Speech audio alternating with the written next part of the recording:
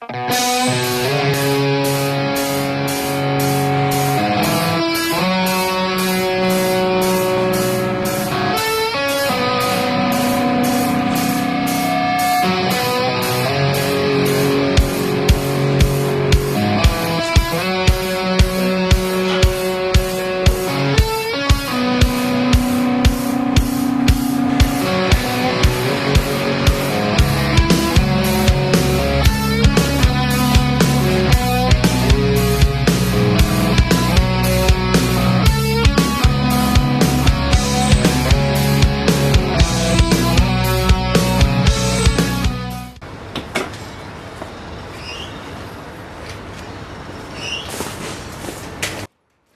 start the process, all you need is some scuffing paste, some abrasive pads and some water. I've got it in a spray bottle here, just going to make it easier to apply to the panel.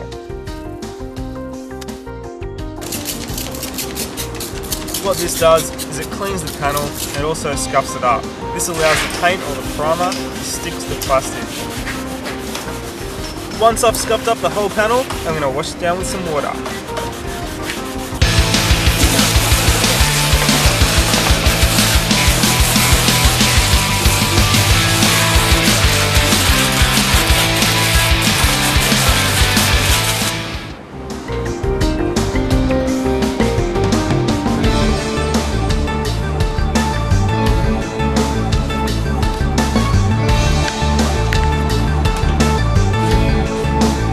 The next thing we're going to do is put on some anti-static cleaner. This is going to prep the plastic and get it all ready for primer.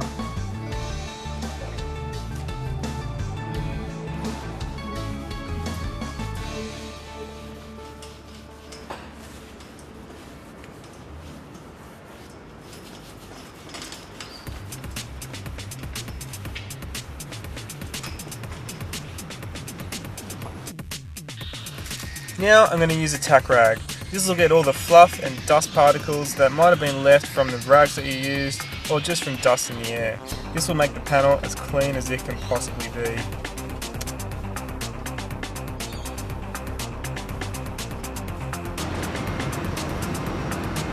Okay, the next step when you're painting plastic parts is to use plastic primer. You can get it in a spray can or you can get it in a tin. In a tin, it's ready to use. Put it in a spray gun and spray it out. I'm going to use a spray can just because it saves having to clean the gun. Now I'm going to put one coat of this plastic primer on. I'm going to allow 15 minutes for it to dry, then I'm going to put a second coat. Then I'll be ready for paint. Now once you've done your second coat, you can wait 15 minutes and put the paint straight onto the plastic. But I want this plastic to be as smooth as possible, so I'm going to put some high fill primer on to get it smooth. This high fill primer, it's also known as 2-in-1 primer. It can fill up small scratches and little imperfections that you might have on your panel. Now before you spray any kind of paint or primer, make sure you give it a good stir. As you can see, a lot of gunk has settled to the bottom, and we need to stir it up and get rid of all that.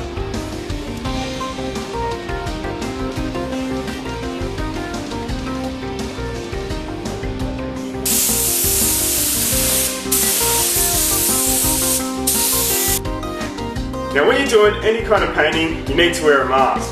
Something like this is good for acrylic, but if you're painting 2-pack, there's a special kind of mask. Something like this. It's got all the different filters you need. It's about $100. But if you're doing a lot of painting, it's something you want to get.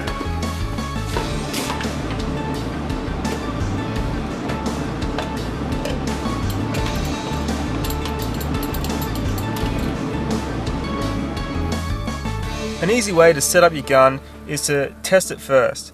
Put the gun a handspan away from the thing you're spraying and then make sure that the fan is at a handspan width. This way you'll get nice even coats.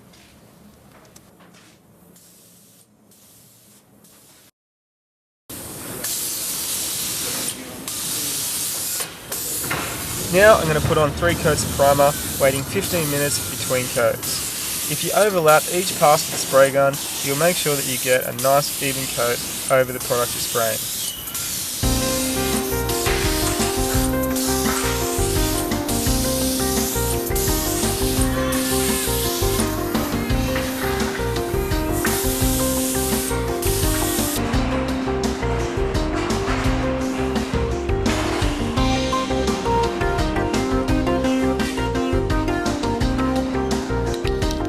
next thing I'm going to do is put the guide coat down. I'm going to spray this matte black over the panel.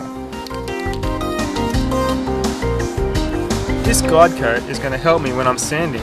I'm going to sand all the black off, that way I know exactly where I've been.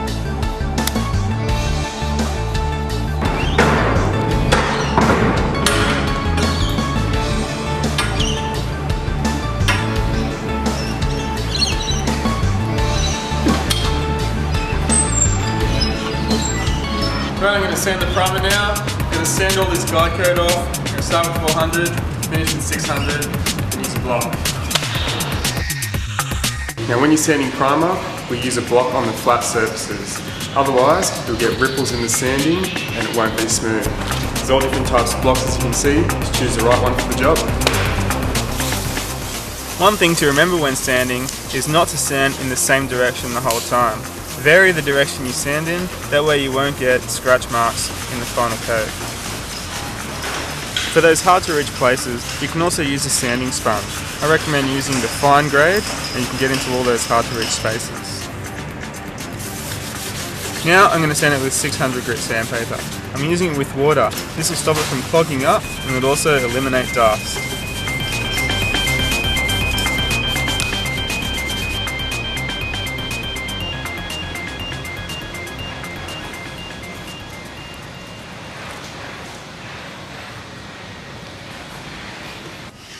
The next thing to do before painting is to clean the panel with some wax and grease remover.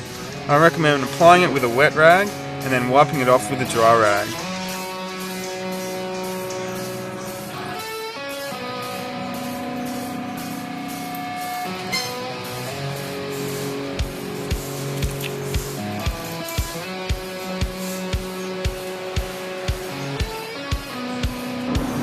When mixing up your paint, it's really easy to use a mixing cup. This will help you get the correct ratios. For the correct ratios on the different paints, you can look them up on our website.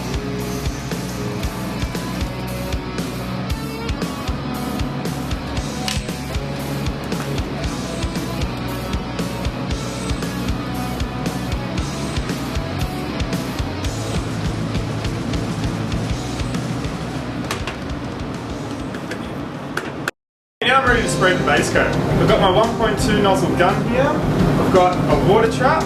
This is going to stop any water from going into the paint. I've got it at the base of the gun because there's a chance that water can build up in the air lines as well. I've also got a pressure gauge. We want the pressure to be at 50 psi. Now our gun has its own pressure gauge here. So if you're using one of these pressure gauges, make sure you line this all the way out. That way you have the correct pressure.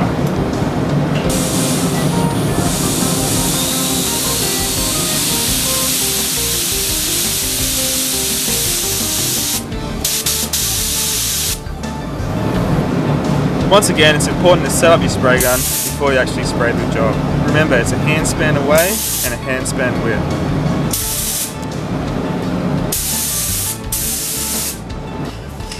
Don't forget to use a tack rag before you apply your base coat. This will make sure you don't get any dust particles in your paint. When spraying the base coat, it's important to overlap each pass with the spray gun. Make sure you get good coverage and then wait 15 minutes between coats. You'll know the base coat's dry because it'll go flat. Now it looks really good at this stage, but it's important that you put clear on it, otherwise it won't be protected. Now it's time for the clear coat. It's recommended to use a tack rag before this process. You can also blow it off with the air. When applying the clear coat, it's important to do slow, even coats. By having the correct gun set up and the right mixing ratios, you can prevent getting runs.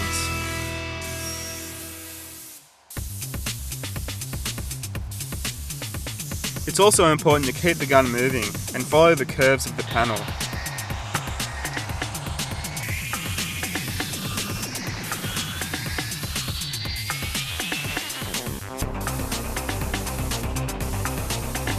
Now I'm going to do 3 coats of clear and wait 15 minutes between coats. Then I'm going to leave it overnight to dry. In the morning, it'll be nice and glossy. There you have it. Now you've got a nice painted plastic part. The process is pretty much exactly the same if you're using spray cans, except you're not going to get a gloss straight off the gun like this.